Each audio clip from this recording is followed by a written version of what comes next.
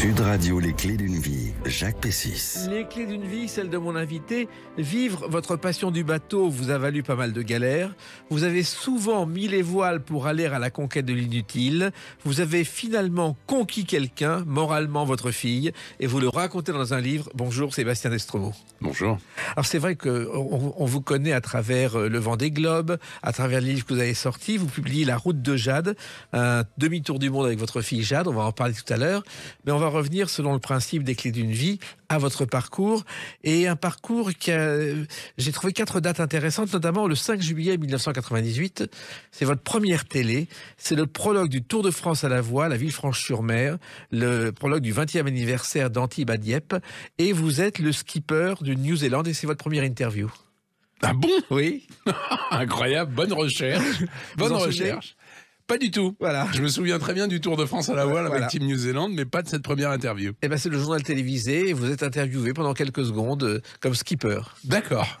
Et c'est vrai qu'à l'époque, on dit que les Néo-Zélandais sont les favoris de ce Tour de France. Oui. C'est vrai que ça a été une grosse, alors pour moi, une très belle, récompense de pouvoir naviguer avec Team New Zealand. Mais aussi une déception de ne pas avoir remporté ce Tour de France, ouais. Alors, votre mère a dit un jour que vous saviez naviguer avant votre naissance, Oui. Sébastien Destromeaux. Ben oui, maman dit souvent qu'avec mon frère jumeau Hugues, nous naviguions alors que maman était enceinte de nous, sans savoir qu'elle attendait des jumeaux, Oui. puisqu'à l'époque on n'en savait rien. Ou en tout cas, elle n'en savait rien. Et on naviguait déjà, ouais. Votre mère, Mamita, votre première fan, que certains surnommaient Madalton, je crois. Mais oui, nous sommes une fratrie de 5, avec une grande sœur devenue cantatrice et 4 frangins, tous marins. Et donc, Mamita, c'est Madalton, c'est normal. Et puis, le bateau aussi, c'est né parce que votre père, Pierre Arnaud, a construit un bateau avec des droits de lit, des bouts de ficelle, pour naviguer vraiment sur les lacs de l'Atlas.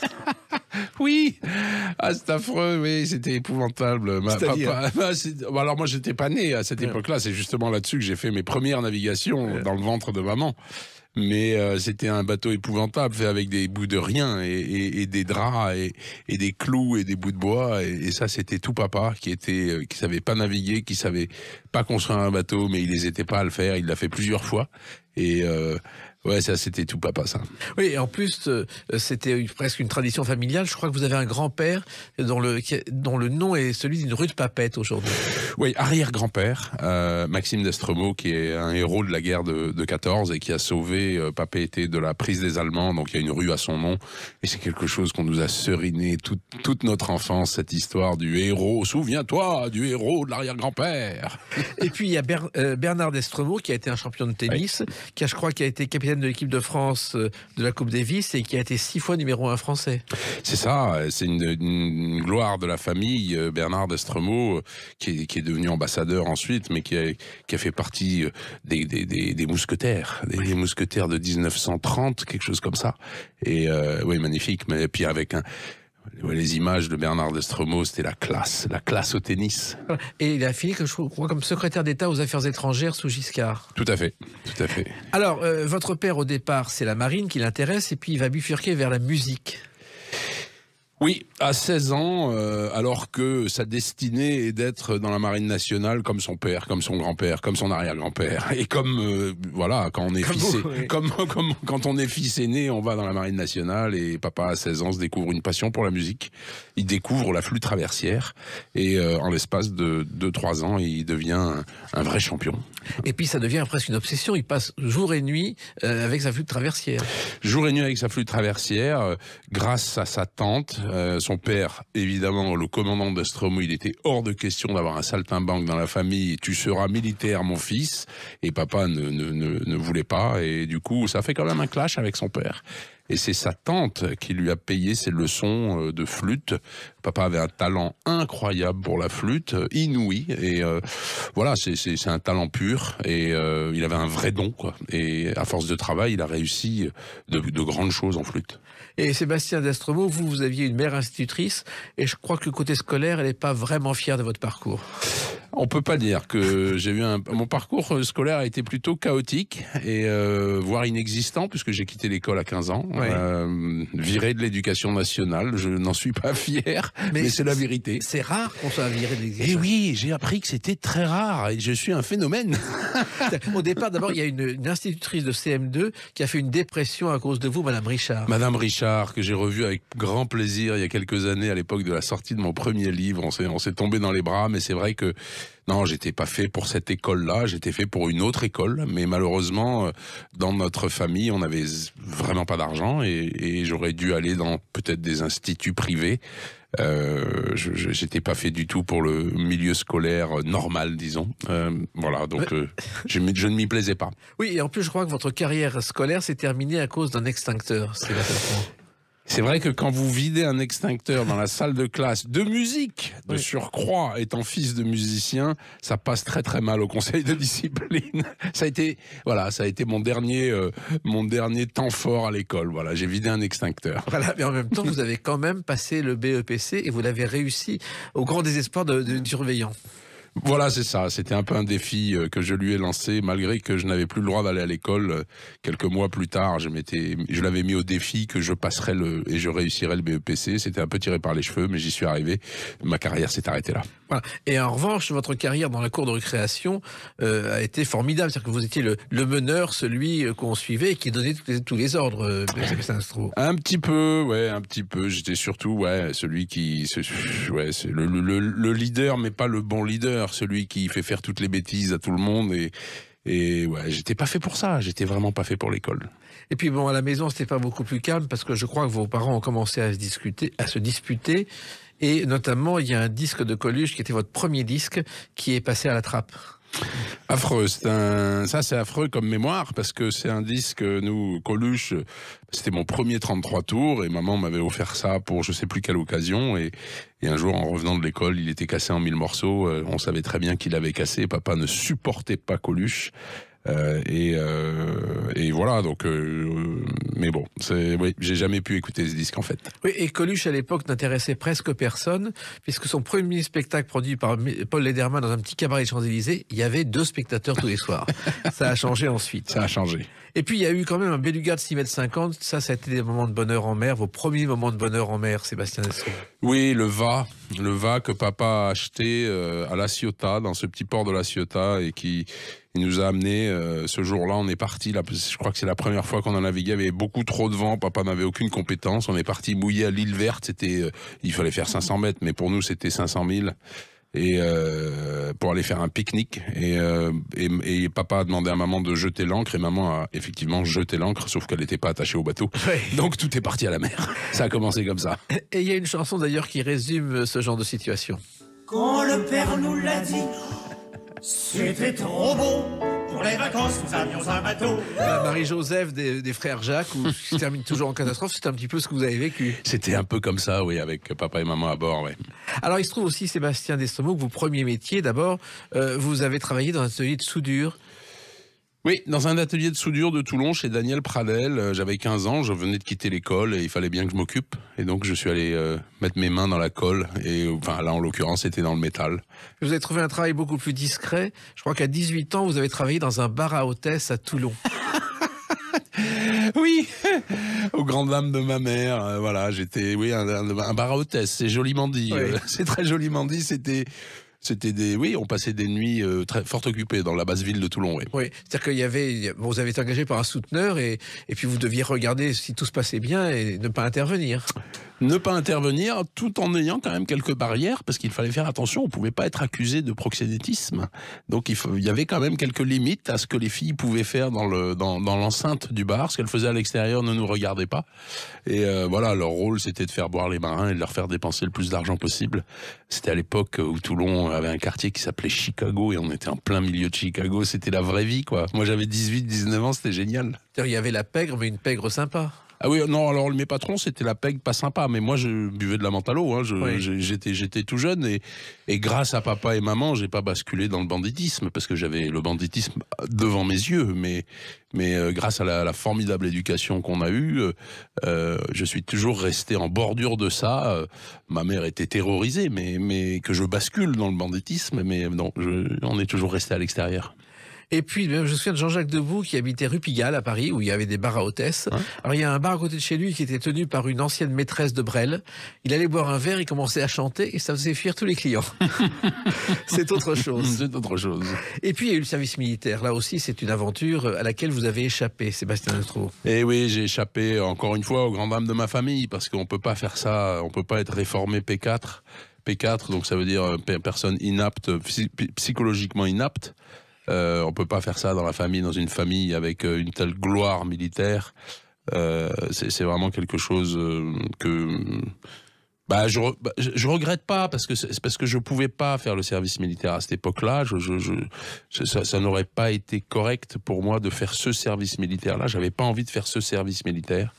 Je voulais être dans les commandos. La marine n'a pas voulu que j'aille dans les commandos, donc ils ont décidé que j'allais être un mataf comme un autre, et ça je pouvais pas le faire. Donc j'ai fait tout ce que j'ai pu et réussi à me faire réformer. Mais c'est pas une gloriole, voilà, j'avais vraiment pas envie de le faire, c'est tout. Ouais. Et il y a quelqu'un d'autre qui avait pas envie de le faire, c'est Michel Polnareff à Montluçon. Il faisait de la moto sans moto. Il faisait semblant de faire de la moto et ça a marché, il a été réformé aussi. Voilà. Tout ça vous a permis de vivre votre passion. On va continuer à en parler avec une autre date, le 6 novembre 2013. À tout de suite sur Sud Radio avec Sébastien Destromeaux. Sud Radio, les clés d'une vie, Jacques Pessis. Sud Radio, les clés d'une vie, mon invité est Sébastien Destromeaux. Nous parlerons tout à l'heure de votre nouveau livre, La route de Jade. Jade étant votre fille, et ce livre raconte votre demi-tour du monde. Mais là, on revient au 6 novembre 2013.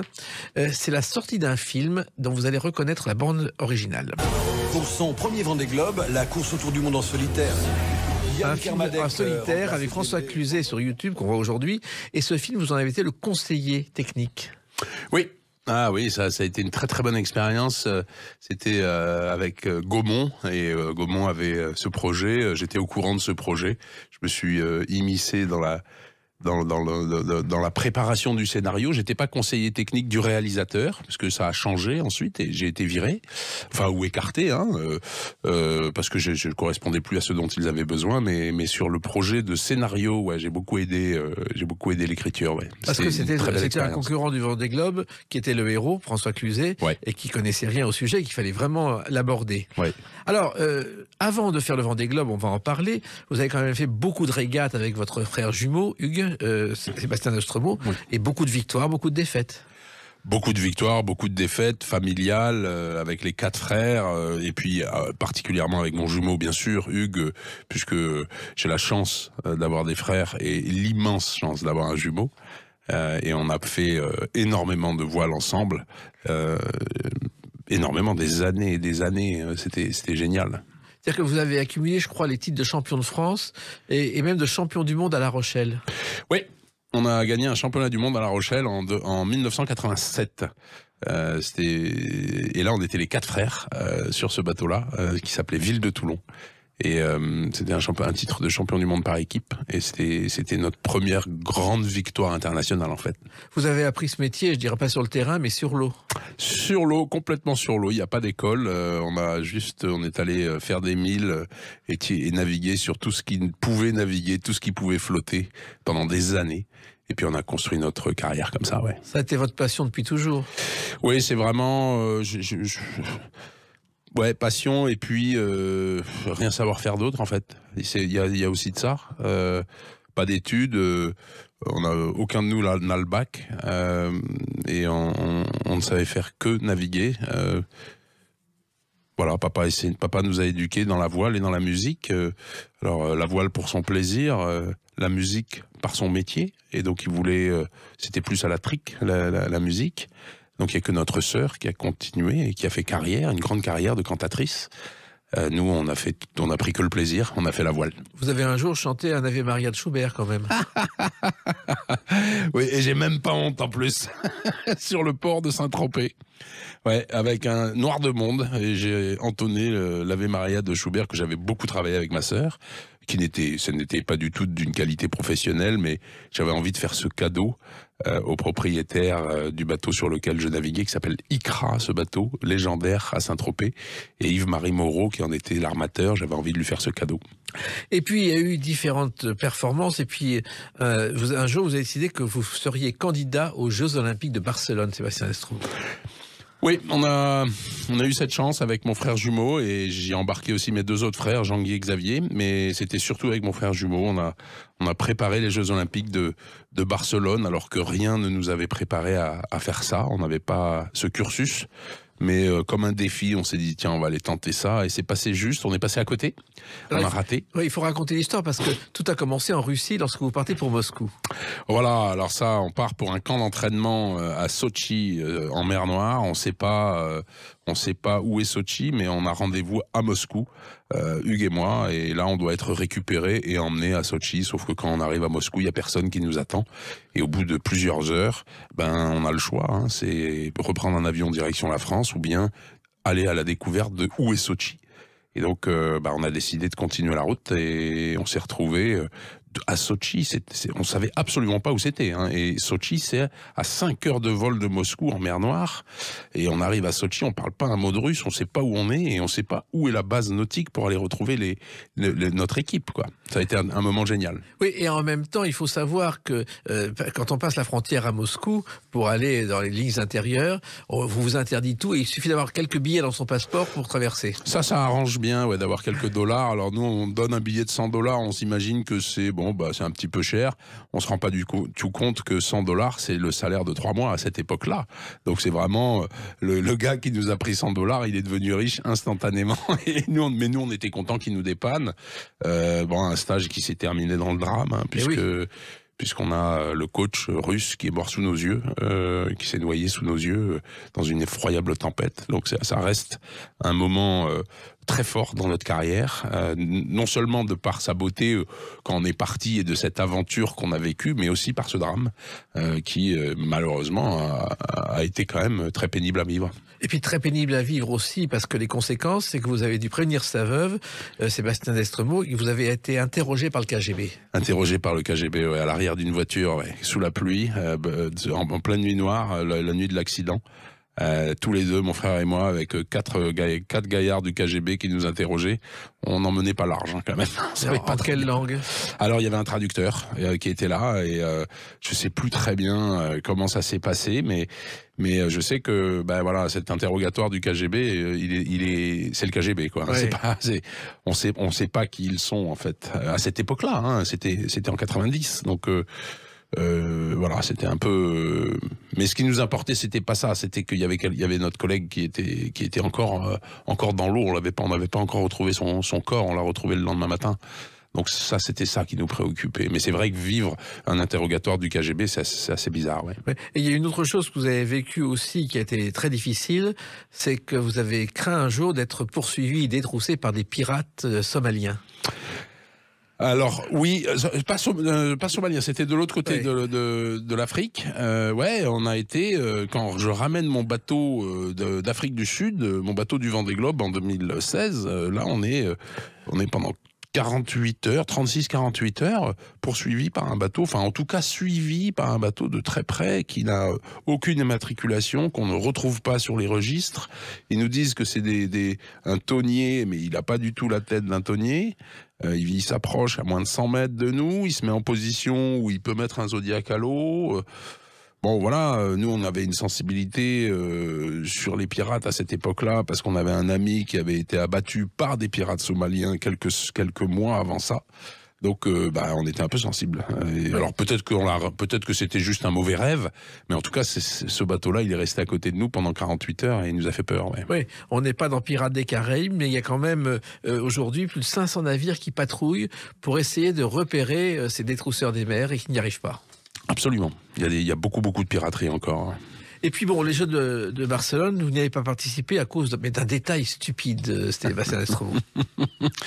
Ouais, un détail stupide. Alors, peut-être que c'est pas la raison pour laquelle on n'y a pas participé, mais en tout cas, c'est certainement la raison qui nous a enlevé toutes les chances d'y participer, puisque on gagne au championnat du monde à Cadix, qui est course qualificative pour les Jeux Olympiques. On est en piste pour cette qualification et on gagne une manche d'anthologie du championnat du monde, ou qui est la plus belle manche parce qu'elle se court dans une tempête effroyable. On la gagne devant le gratin. Nos adversaires pour la qualification sont à la rue, nos adversaires français sont à la rue, donc nous on arrive gonflés à bloc à terre et là on se fait On se fait épingler parce qu'il nous manque un gilet de sauvetage qui nous a été demandé plusieurs heures après le contrôle, alors que normalement ça doit être contrôlé immédiatement. Plusieurs heures après le contrôle, on nous a demandé si on avait notre gilet de sauvetage. Ils n'ont pas cru notre réponse et on a été disqualifiés sur cette manche-là, ce qui a détruit toute chance de poursuivre notre rêve olympique. C'est pas très clair comme chose, non? C'est pas très clair, mais peut-être qu'on l'avait mérité, parce que l'année précédente, vous savez, tout se paye, hein, et l'année précédente, on avait un petit peu poussé les lignes au même endroit, dans une épreuve préparatoire à ce championnat du monde. On avait un peu bousculé les lignes, et peut-être que les autorités ont dit on vous fera pas de cadeau, et ils nous en ont pas fait. Peut-être que c'est ça, peut-être que c'était juste le destin qui faisait qu'il fallait pas qu'on aille aux Jeux Olympiques, j'en sais rien. Et en tout cas, vous avez été rayé à vie des listes de l'équipe de France. Ouais, mais alors ça, c'était... c'est pas à cause de ça, ça c'est parce qu'on a eu des petites explications de texte avec nos amis en campagne de la sélection pour un problème d'argent. Ouais. Voilà, on en est un peu venu aux mains à un moment, et ça se fait pas dans l'équipe de France. Donc on a été viré. Enfin, j'ai été viré. Ouais. Et malheureusement, mon frère jumeau, qui lui était un placide, en a payé le prix aussi, puisqu'il a été lui aussi viré de l'équipe de France. Ouais. Ça ne vous a pas empêché de faire d'autres choses. On en parle avec une autre date, le 4 avril 2018. À tout de suite sur Sud Radio avec Sébastien Destremaux. Sud Radio, les clés d'une vie, Jacques Pessis. Sud Radio, les clés d'une vie, mon invité Sébastien Destremaux. La route de Jade, c'est un nouveau livre chez XO dont on va parler dans quelques instants. Après avoir évoqué une date importante de votre carrière, le 4 avril 2018, et c'est là, vous ne l'avez pas oublié. Ah, je risque pas de l'oublier. Le 4 avril 2018, je suis avec des membres de ma famille, dont Mamita bien sûr, invité à rencontrer sa sainteté le pape au Vatican, pour qu'il bénisse la clé des océans. Alors, le pape François vous invite, c'est déjà étonnant. Oui. Et pour une clé des océans, racontez-moi. C'est une longue histoire, je vais essayer de la faire courte, mais la clé des océans, c'est quelque chose que je crée dans ma tête en passant le Cap Horn au moment du Vendée Globe 2016. Je veux fermer la porte du Pacifique derrière moi, et quoi de mieux qu'une clé des océans pour fermer ça? Ça fait 90 jours que je suis en mer, j'ai le droit de rêver, j'ai le droit de me raconter des histoires, et je me raconte celle-là. Il se trouve que je fabrique cette clé des océans avec ce que j'ai à bord, un cintre, du scotch, un bout de bois, ça ressemble à rien, mais c'est ma clé. Je ferme le Vendée Globe, et cette clé est remise à l'église. Et 6 mois plus tard, je reçois une lettre du Vatican m'invitant à venir rencontrer sa sainteté le pape, afin qu'il bénisse la clé des océans. Alors moi, je sais pas si vous recevez des lettres du Vatican tous les jours, mais moi non. Et là, j'ai été très étonné.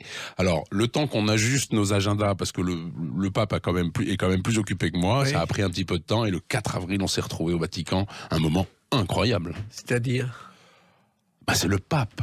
Le pape, il est juste en dessous de Dieu, quoi. Je veux dire, au-dessus de lui, il y a que Dieu, quoi.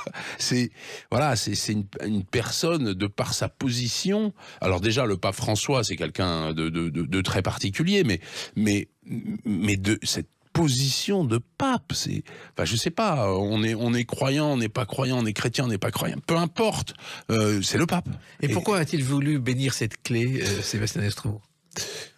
Peut-être parce que c'était quelque chose de très fort, ce Vendée Globe 2016. C'est quelque chose qui a beaucoup porté les gens, cette histoire. Et cette clé des océans, c'était un symbole, un vrai symbole qui, moi, ça m'a beaucoup surpris d'être invité à rencontrer le pape, mais j'ai pas été étonné que la clé des océans puisse interpeller le pape quelque part. Au ses services, c'est pas lui qui, vous voyez, mais bon, en attendant, ils me l'ont fait rencontrer, quoi, parce que c'est pas moi qui voulais rencontrer, il en avait rien à faire de Sébastien Destremaux, il voulait voir la clé des océans, il voulait la bénir. J'en ai profité, il m'a béni en même temps en douce, hein, comme ça, au moins, on sait jamais, j'en avais bien besoin. Et d'ailleurs, vous avez failli ne pas pouvoir rentrer avec cette clé au Vatican. Ah oui, là, la garde suisse, vous savez, ils sont très beaux, les gardes suisses, là, ils sont avec leur combinaison en drap-lequin, là, mais ils aiment pas beaucoup ce genre de trucs qui auraient pu me servir, évidemment, d'armes contre le pape. Donc il y a eu tout un protocole qui est passé, et j'avais un garde suisse en armes à mes côtés à tout instant.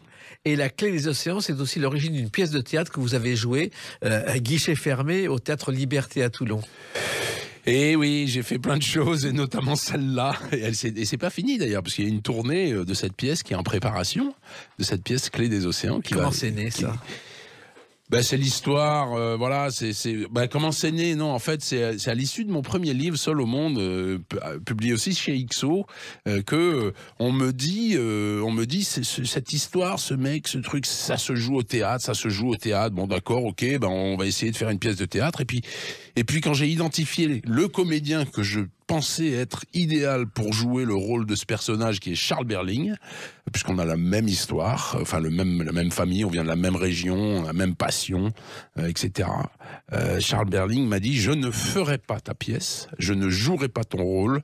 Alors j'étais un peu déçu quand il m'a dit ça, et je lui ai dit: mais pourquoi Charles, pourquoi tu le feras pas? Il m'a dit: c'est très simple, parce que c'est toi qui vas le faire, et tu vas le faire dans mon théâtre. Oh, là, il m'en a bouché un coin quand même, hein. Et voilà, je me suis fait aider et j'ai joué cette pièce. Et voilà, il y a une tournée en préparation maintenant, ouais. Un risque de plus, donc c'est le Vendée Globe 2016. Il faut rappeler que le Vendée Globe, il doit beaucoup à Philippe de Villiers, qui a aidé au départ Philippe Gentot, alors que personne ne le soutenait. Et vous avez eu envie de le faire, et c'était un risque énorme, parce que vous avez vendu tout ce que vous aviez, Sébastien Destos. Oui, c'est vrai que quand j'ai décidé de faire le Vendée Globe, moi je suis de Toulon, et à Toulon, le Vendée Globe, on l'écrit en 3 mots. Oui. On ne sait pas ce que c'est que le Vendée Globe à Toulon. Et donc quand je suis arrivé avec mes gros sabots en disant que j'allais faire le Vendée Globe, personne ne savait de quoi il s'agissait. Et donc il a fallu à un moment que je décide de vendre ce que j'avais, une voiture, une belle voiture que je m'étais achetée pour ma crise des 40 ans, et une maison que j'avais en Australie. J'ai vendu ça pour pouvoir acheter mon bateau et présenter ce bateau à Toulon, dans ma région, parce qu'il n'y avait jamais eu de Vendée Globiste ou de préparation du Vendée Globe entre Marseille et Menton. Ça n'existait pas, il n'y avait jamais eu. Et pourquoi cette envie de faire le Vendée Globe? C'est la course la plus difficile du monde en solitaire. Ah oui. Et puis alors moi je suis pas un navigateur solitaire, j'ai peur de la mer, des grands fonds, j'ai peur de la nuit, je navigue pas en solitaire, donc il y a rien qui me pousse à faire le Vendée Globe, sauf une émotion que je vis la veille du départ du Vendée Globe 2012 sur les pontons des Sables d'Olonne. Je travaille pour une chaîne de télévision, il fait nuit, il pleut, il fait froid, c'est la misère, et le lendemain il y a 20 skippers qui partent à la conquête de l'inutile. Et cette émotion-là m'a fait décider dans 4 ans j'y serai. Oui, car à l'époque, vous êtes journaliste, vous avez créé une chaîne de télévision en vidéo, je crois. Oui, c'est ça, je travaille pour plusieurs chaînes de télé, et là, c'était France Télévisions, à cette époque-là. Et j'avais créé une petite émission hebdomadaire qui marchait bien. Et voilà, donc j'étais en train de faire mon boulot de journaliste, et sur cette émotion, je me suis dit, dans 4 ans, je pars. Voilà. Et vous êtes parti avec pas beaucoup d'argent, parce qu'en plus il y a des mécènes qui vous ont pas suivi, ça a été la pagaille. Oui, ça a été la pagaille totale, mais il y a beaucoup. Voilà, c'est un bazar organisé notre truc, mais c'est beau parce que tout le monde peut y adhérer. Vous voyez, c'est ça qui est chouette, c'est que quand on est dans une écurie où tout est propre, tout est nickel, tout est bien rangé, le mec il passe le coup de balai ou le coup de jet d'eau sur le bateau, il y a rien qui dépasse. Bon ok, on applaudit, on fait une photo, puis salut. Mais là, c'était un bazar total, notre truc. Il y avait des gens qui couraient dans tous les sens, ça gueulait dans tous les coins. On était en panique totale, on n'avait pas d'argent. Et tout le monde adorait ça parce que c'est proche de notre quotidien. Et les gens s'y apparentaient, s'y identifiaient. Et du coup, ça a été une histoire formidable. Oui, mais votre frère Hugues a dit au départ, il ne tiendra pas 2 jours. Oui, mais c'est lui qui me connaît le mieux. Ah oui. Et il savait très bien que la navigation en solitaire, c'était pas mon truc. Et puis, c'est son truc à lui, d'ailleurs. C'est lui qui a navigué avec Michel Desjoyaux, Vincent Rioux, des stars de la course au large. C'est lui qui aurait dû faire le Vendée Globe. Au niveau compétences techniques, au niveau compétences maritimes, et puis passion aussi. Mais ça suffit pas pour faire le Vendée Globe. Il faut avoir envie d'y aller, quoi. Il faut le faire. Et voilà, c'est moi qui l'ai fait. Oui, mais c'est pas moi qui le méritais dans la famille. Non, mais Michel Desjoyaux a dit un jour, le Vendée Globe, c'est une emmerde par jour, et vous avez connu ça, et même plus qu'une par jour. Ouais, ça peut être plus qu'une, ouais. Ça peut être plus qu'une, ouais. Vous avez tout connu pendant le Vendée Globe, Sébastien Destos. Ouais, les joies et la détresse, ouais. Pleurer tous les soirs, parce que voilà, c'est les émotions, on se laisse porter par les émotions qu'on vit, mais des joies absolument aussi colossales, de vivre, de pouvoir vivre cette aventure sans aucune pression de résultat. Moi, que je sois premier, dernier, avant-dernier, je m'en fous complet. C'était pas grave, c'était pas ça mon histoire. C'était continuer d'avancer quoi qu'il en coûte. Et ça, c'était génial. Oui, mais c'était difficile. Un jour, vous avez dématé et vous avez le vertige en plus. Oui, j'ai le vertige et il fallait que je monte en tête de mât, ouais. Donc c'est pas simple. Il a fallu aussi que je plonge alors que j'ai peur de l'eau. Il a fallu que je répare mes côtes quand je m'étais cassé les côtes. Il a fallu que je répare mon moteur quand mon moteur était cassé. Tout ça, je sais pas le faire, mais je l'ai inventé. Et puis voilà, quand on sait pas faire, on invente et on se trouve des solutions. Voilà. Et c'est ça qui est fabuleux, c'est qu'on ne se rend absolument pas compte des ressources qu'on a quand on est dans notre quotidien et qu'on a une solution. Voilà, j'ai perdu ma clé de 13, je vais en acheter une autre au magasin. Là, non, en fait. Hein. Là, on a perdu la clé de 13, il va falloir s'en fabriquer une, mon coco, parce qu'autrement, on va pas pouvoir réparer le truc. Hein. Voilà, c'est comme ça. Et puis, il y a quand même quelqu'un qui vous a soutenu moralement pendant cette période.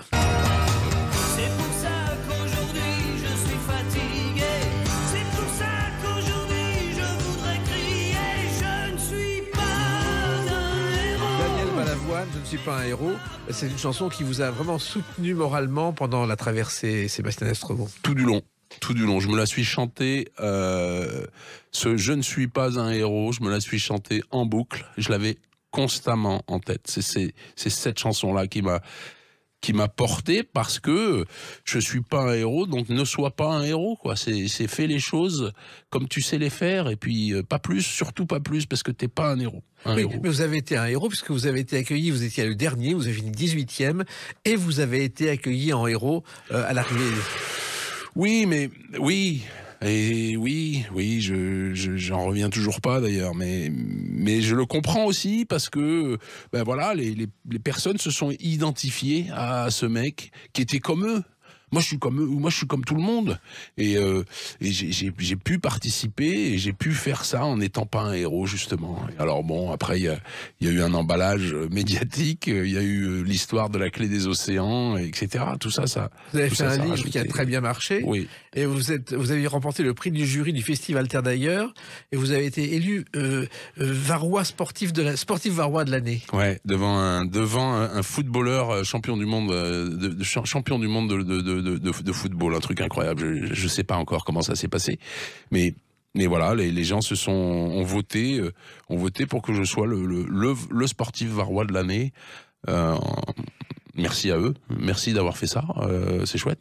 Ouais, et vous avez failli être aussi le chanteur de l'année avec cette chanson. Bienvenue au bureau, un slam, car ça c'est aussi une découverte. Un slam, ouais, j'ai eu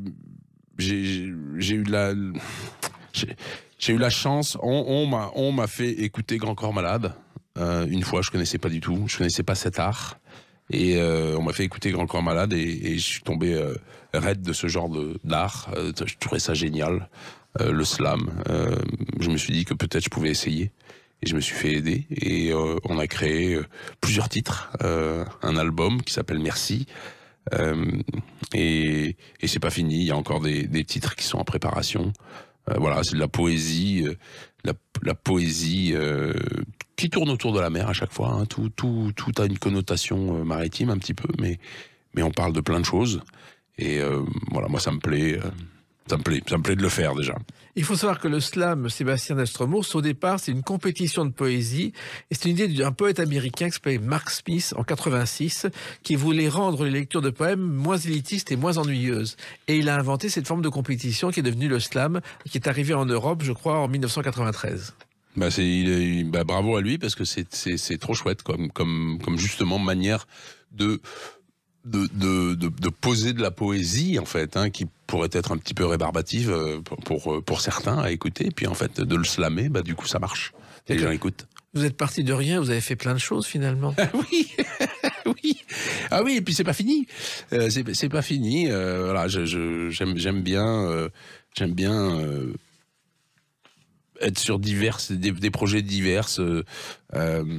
Voilà, d'écriture de livres, de poésie, etc. On va évoquer ce livre, La route de Jade, avec une autre date, le 10 novembre 2022. À tout de suite sur Sud Radio avec Sébastien Destremaux. Sud Radio, les clés d'une vie, Jacques Pessis. Sud Radio, les clés d'une vie, mon invité Sébastien Destremaux. Donc, 10 novembre 2022, sortie de La Route de Jade chez XO Éditions, 3e livre, Jade et Sébastien Destremaux, car c'est une aventure incroyable. Vous avez fait un demi-tour du monde avec l'une de vos filles, Jade, et ça a été une aventure que vous racontez au jour le jour avec Jade et Sébastien. Ouais, ça c'est vraiment une chance et quelque part je remercie le Vendée Globe de m'avoir amené jusqu'à cette opportunité en fait, parce que si j'avais terminé le 2e Vendée Globe en 2020, jamais j'aurais pu faire cette route de Jade. Il se trouve que mon Vendée Globe en 2020 a été très compliqué, je me suis arrêté en Nouvelle-Zélande et sur la route du retour 1 an plus tard, je me suis arrêté en Australie, là où ma fille vit. Et je ramenais le bateau en France et elle m'a demandé est-ce que je peux venir avec toi. Elle a jamais navigué et elle a fait Toulon-Porquerolles. Elle a fait 2 heures de voile dans sa vie et elle aime pas le bateau, mais elle avait envie de passer du temps avec papa. Et est-ce que je peux venir avec toi? Et je lui dis mais tu te rends compte de ce que ça représente? Alors oui, bien sûr, tu peux venir avec moi, mais c'est un demi-tour du monde sur un bateau du Vendée Globe. C'est pas une balade quoi. Et on est parti.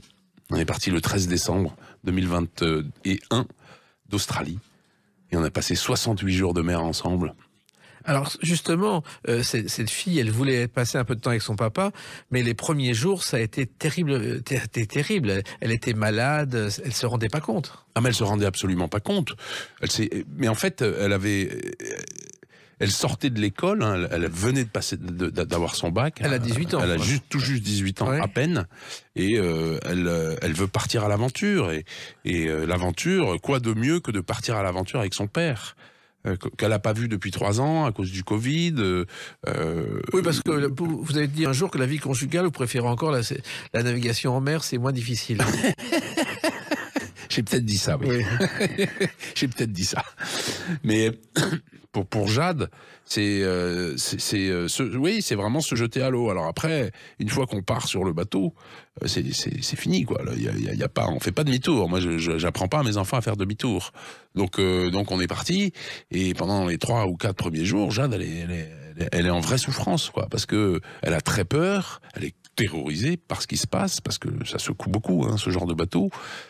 Et puis surtout, elle se coupe de tout d'un seul coup. C'est le problème quand on largue les amarres, d'un instant à l'autre, on se retrouve seul au monde et seul en mer. Et ça, c'est un choc pour elle. C'est un vrai choc qu'elle mettra du temps à assimiler. Mais voilà, avec beaucoup d'amour et beaucoup de patience, elle surmontera ça et elle me fera ce 2e immense cadeau qui est de me dire à Cap Town, où on s'est arrêté en Afrique du Sud pour lui faire une pause parce que ça fait 25 jours qu'elle est en mer et que bon, ça commence à être un peu long. Elle se fait ce cadeau, mais moi je l'ai pris comme un cadeau aussi, où je lui propose de rentrer en avion, de dire bon ben voilà, tu peux t'arrêter là, t'as traversé l'océan Indien, tout va bien, tes oncles sont fiers de toi, tout le monde t'applaudit, bravo Jade, c'est bon, tu peux quitter le bord. Et elle m'a fait cette réponse, elle m'a dit mais papa, dans 15 ans, dans 20 ans, c'est pas toi qui vas te retourner sur ta vie en disant j'ai arrêté cette route de Jade, donc non, j'ai pas envie de continuer, mais j'irai jusqu'au bout. Et on est reparti ensemble. Et vous avez hésité quand même avant d'accepter qu'elle monte à bord pour cette traversée, Sébastien Destremaux? J'ai hésité, j'ai pas hésité un instant, non. J'ai pas hésité, mais j'ai essayé de lui faire prendre conscience qu'elle savait absolument pas ce sur quoi elle s'engageait, que moi c'était mon problème, sa sécurité était mon problème. Lui faire vivre une expérience comme ça, je savais que c'était quelque chose d'extrêmement bénéfique pour son futur, évidemment. Et je recommande à n'importe quel parent de prendre le temps d'aller choyer son enfant comme ça. C'est une chance incroyable. Et on devrait tous se forcer à le faire quelque part. Moi, j'ai eu cette chance, mais on peut se forcer. Mais non, j'ai pas hésité une seconde. J'ai eu très peur pour elle, oui. Sa mère a beaucoup, sa mère a essayé de beaucoup m'influencer pour pas que je l'emmène. Mais non, j'ai pas hésité. Par contre, je lui ai dit, jusqu'au jour du départ, tu peux ne pas partir. Voilà. Mais une fois qu'on sera parti, il n'y aura pas de demi-tour. Ça, par contre, c'est sûr. Alors, elle a découvert la vie à bord, Jade Destremaux, mais elle a découvert aussi qu'on s'ennuie, qu'il ne se passe rien pendant 15 heures par jour. C'est affreux, on s'ennuie, Mais oui, alors elle avait plein de bouquins, heureusement, c'est une grande lectrice, donc elle avait plein de bouquins, mais elle s'ennuyait, voilà, imaginez une jeune, il n'y a pas de miroir, il n'y a pas de salle de bain, il n'y a pas de toilette, il n'y a pas de cuisine, il n'y a pas de douche, il y a juste une petite bannette où je lui ai mis un rideau où elle peut aller s'enfermer dans son petit tout espace qui est minuscule. Ça secoue dans tous les sens. C'est affreux, quoi, pour une jeune fille qui, a 18 ans, a des copines, ses copines vont à la plage, c'est l'été en Australie. Voilà, c'est affreux. Oui, mais en même temps, elle avait envie de le vivre, elle l'a vécu jusqu'au bout. Elle l'a vécu et, vous savez, elle n'aime pas plus la voile aujourd'hui que hier. Elle est absolument ravie de l'avoir fait. Elle encourage toutes les jeunes à faire ce genre de choses. Alors pas forcément un demi-tour du monde en bateau parce que c'est pas donné à tout le monde, mais partir à l'aventure, elle est d'ailleurs maintenant, en ce moment même, là où je vous parle, elle est partie la semaine dernière dans une école au fin fond de la Lettonie, où il fait -10, et elle est en train d'enseigner l'anglais dans cette école, une petite école où il y a 20 étudiants, c'est un tout petit pensionnat, en plein milieu de la neige et de l'hiver letton. Elle y est allée en bus. Elle a mis 70 heures de bus pour aller en Lettonie. Et voilà, elle vit son aventure. Et cette route de Jade lui a permis de cet élan qui est d'aujourd'hui, elle n'a pas peur d'aller en Lettonie, même si elle a des craintes quand même. Elle se dit, mince, j'y vais toute seule, qu'est-ce qui va m'arriver, mais je vais le faire quand même. Elle n'a pas peur de le faire parce qu'elle a fait la route de Jade. Elle vous a fait peur un jour lorsqu'elle s'est retrouvée à l'avant du bateau, un peu comme dans la chanson, dans le Titanic, à l'avant du bateau, vous avez eu peur qu'elle tombe à l'eau.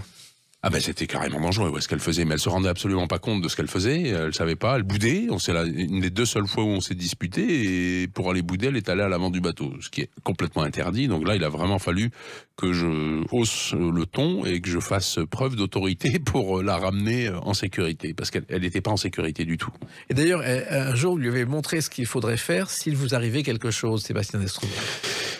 Oui, j'ai imaginé quand j'ai vu la complexité de son problème, c'est-à-dire qu'elle ne savait rien faire sur le bateau, rien, absolument rien, donc elle était absolument incapable de faire demi-tour au bateau. J'ai décidé que la meilleure solution, si jamais je tombais à l'eau, c'était pour elle de couper le mât, de faire en sorte, je lui ai expliqué comment faire, pour au moins stopper le bateau immédiatement, ne pas aller trop loin, ça me donnerait peut-être une chance de pouvoir nager et de rejoindre le bateau, peut-être, mais en tout cas, elle, ça la sauverait parce qu'elle aurait plus qu'à appuyer sur le bouton de détresse et mes frères viendraient la chercher. Donc c'était vraiment, voilà, c'est ce que tu fais, Jade, tu fais ça, si je tombe à l'eau, tu coupes ici, tu coupes là, le mât va tomber, ça va faire un bruit effroyable, mais le bateau va s'arrêter, et c'est tout. Après, tu appuies sur le bouton de détresse et on viendra te chercher. C'est après que tu peux pleurer, pas avant. Et la peur de tomber à l'eau, ça vous a poursuivi, Sébastien Destremaux, tout au long du Vendée Globe ou de vos autres courses? Toujours. J'ai eu toujours cette terreur de tomber à l'eau, parce que c'est d'une seconde à l'autre, hein, et c'est pas tellement de tomber à l'eau, c'est de sortir la tête de l'eau et de voir son bateau s'éloigner. C'est quelque chose qui doit être épouvantable à vivre. J'ai pensé tout le temps pendant les 2 Vendée Globe, pendant la route de Jade aussi. J'avais pas du tout envie que Jade se retrouve seule à bord. Ça aurait été terrifiant pour elle, et perdre son père comme ça, c'était quelque chose que je voulais pas lui faire vivre à tout prix, quoi. Alors, elle ne savait rien faire sur le bateau, Jade, Sébastien Destremaux, sauf une chose, vous battre aux cartes, à la crapette et à la bataille. La bataille qui est le jeu de cartes, je crois, le plus vieux du monde, qui remonte au XIVe siècle. Ah oui, ça, alors là, elle m'a mis des pilets mémorables. Hein. Ah bon? Ah oui. J'ai d'ailleurs essayé de comprendre si elle ne trichait pas un petit peu, parce que c'était pas possible de me battre à plat de couture à chaque fois. Et ensemble, vous avez traversé un passage extraordinaire, c'est la traversée de l'Équateur. Ça, c'est un moment fabuleux. On dit d'ailleurs qu'on offre de l'alcool à Neptune. Oui, on offre de l'alcool. Alors nous, on n'a évidemment pas d'alcool, mais on a offert notre dernier morceau de nougat Et c'est Jade qui a donné son dernier morceau de nougat, il n'en restait plus. Et après, il y a une petite cérémonie qu'on a fait entre nous, où je lui ai cassé des œufs sur la tête, parce qu'il y a un espèce de bizutage quand on passe la première fois le Cap Horn. Normalement, on met de l'huile de moteur, des choses bien sales. Quand même, ma fille, j'ai pas osé, je lui ai juste cassé des œufs sur la tête. Mais il y a un véritable décompte, on ne le sait pas quand on n'est pas navigateur, quand on traverse l'équateur. Ah oui, c'est très important de traverser l'équateur. Je sais pas pourquoi, mais c'est vraiment quelque chose, c'est une vraie attente, on en parle longtemps à l'avance, et puis on décompte, on regarde les compteurs, et puis 3, 2, 1, top, on est en train de passer le cap, passer l'équateur, la ligne, et on va aller remercier Neptune de nous laisser passer, et puis on lui fait une offrande, voilà, pour le remercier, une prière. Et puis la route continue. Et Sébastien Destremo, je crois que votre fille a un privilège. Je crois qu'elle est la seule personne au monde à s'être baignée dans un océan avec 5000 mètres de profondeur. Ouais, je crois pas. En tout cas, je ne sais pas si elle est la seule, mais en tout cas, il ne doit pas y en avoir des masses. Hein. Des jeunes filles de 18 ans qui se baignent avec surtout l'Afrique à 1500 km, le Brésil à 1500 km. On est en plein milieu de l'Atlantique, juste après l'équateur. Et il y a 5000 mètres de fond et Jade, il n'y a pas un souffle de vent. Il fait une chaleur à périr. Et on décide de se baigner. Moi, j'ose pas parce que j'ai peur de l'eau, j'ai peur des fonds. Et c'est Jade qui décide d'y aller, de se baigner et de me pousser un peu aussi à aller me baigner après elle. Alors on n'y est pas allés tous les deux ensemble, hein. Évidemment il y en avait un qui est resté à bord, mais je me suis dit, Jade y est allée, elle s'est baignée, ça a duré pas longtemps parce qu'elle avait peur aussi, mais elle y est quand même allée. Et elle a surmonté sa peur, et du coup, j'ai bien été obligé de la suivre. Et puis, vous avez pu constater que l'écologie, il y a du travail, parce que les océans, il y a pour même beaucoup de bouteilles en plastique dedans. À cet endroit-là, oui, très paradoxalement, j'ai toujours... la mer est quelque chose qui est très, très beau, et c'est facile de le garder propre. On croise, en pleine mer, on croise pas grand-chose de pollution, il y a vraiment pas beaucoup de pollution, mais là, il y avait une zone... Pendant 2-3 jours, on était dans cette zone, ça devait être des mélanges de courants, mais il y avait énormément de bouteilles en plastique qui étaient là avec des algues, je ne sais pas d'où ça venait. Et c'est vrai que il y a quand même un danger pour la planète, on en parle beaucoup, mais c'est assez inquiétant. Ah ben c'est très inquiétant, si à 1000 km de l'Afrique, on se retrouve avec une nappe de plusieurs dizaines de kilomètres, avec des bouteilles en plastique, certes éparses, mais quand même, on en a toujours une sous les yeux, donc ça veut dire que il y en a quand même beaucoup, quoi. Et on est en plein milieu de l'Atlantique, donc ça veut dire que... Mais, vous savez, la communication alarmiste, pour moi, c'est de l'histoire ancienne. Il faut arrêter de dire que la mer est une poubelle, par exemple, parce que c'est pas vrai. La mer, elle est belle. Moi, j'y suis allé sur la mer, j'y ai passé 295 jours au cours de ces 2 tours du monde que j'ai effectués. 295 jours de mer. Alors certes, pendant 3 jours, j'ai vu des choses qui n'auraient pas dû être là, bien sûr, mais ça veut dire que j'ai passé 292 jours sur un océan magnifique. Donc il faut arrêter de dire que la mer est dégueulasse. En tout cas, il ne faut pas arrêter de lire vos livres. Il y a eu Seul au monde, il y a eu Retour en enfer, qui sont vos 2 premiers livres. Et là, La route de Jade, le 3e, avec l'histoire de ce demi-tour du monde avec Jade, chez XO Éditions. Merci, puis continuez comme ça, vous n'allez pas vous arrêter comme ça. Non, on ne va pas s'arrêter là, non.